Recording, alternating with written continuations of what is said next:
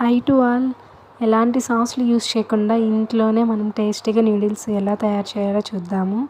ఇప్పుడు మనం ప్రిపరేషన్లోకి అయితే వెళ్ళిపోదాము.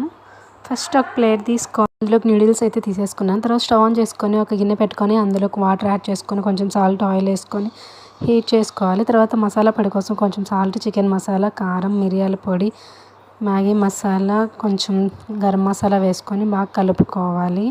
ఈ పొడి చాలా టేస్టీగా ఉంటుంది నూడిల్స్లో అయితే.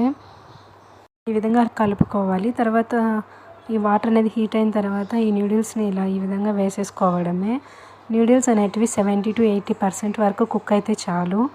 లేకుంటే మళ్ళీ వాటర్లో ఇలా మనం తీసి పెట్టుకున్న తర్వాత ఎక్కువ హీట్ అయిపోయి మెత్తగా అయిపోతాయి. కాబట్టి 70 to 80% ఉడికించుకుంటే సరిపోతుంది. తర్వాత ఒక బాండలు పెట్టుకుని అందులో ఆయిల్ వేసుకొని సన్నగా కట్ చేసుకున్న క్యారెట్, క్యాబేజ్ వేసుకొని వేయించుకోవాలి. ఇవి కొంచెం లైట్గా వేగించుకుంటే సరిపోతుంది. తర్వాత ఈ విధంగా ఆనియన్స్, టమోటాలు అయితే వేసుకొని లైట్గా ఫ్రై చేసుకోవాలి.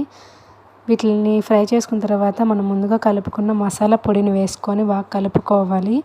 ఈ విధంగా దీన్ని సిమ్లో పెట్టుకొని కలుపుకున్న తర్వాత కొంచెం వాటర్ యాడ్ చేసుకొని అయితే కొంచెం సేపు ఉంచుకోవాలి. దాని తర్వాత నూడిల్స్ని వేసుకొని ఈ విధంగా కలిపేసుకోవాలి. అంతే, యమ్మీ నూడిల్స్ అయితే రెడీ.